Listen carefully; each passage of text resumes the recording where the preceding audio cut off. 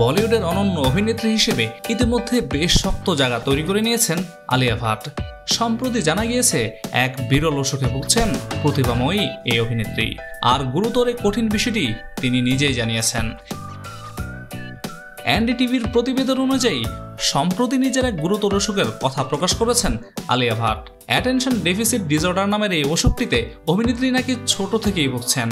এই অসুখের উপসর্গ কেমন এবং কিভাবে তাকে ভুগতে হয় সে বিষয়ে এক সাক্ষাৎকারে তাই জানিয়েছেন আলিয়া।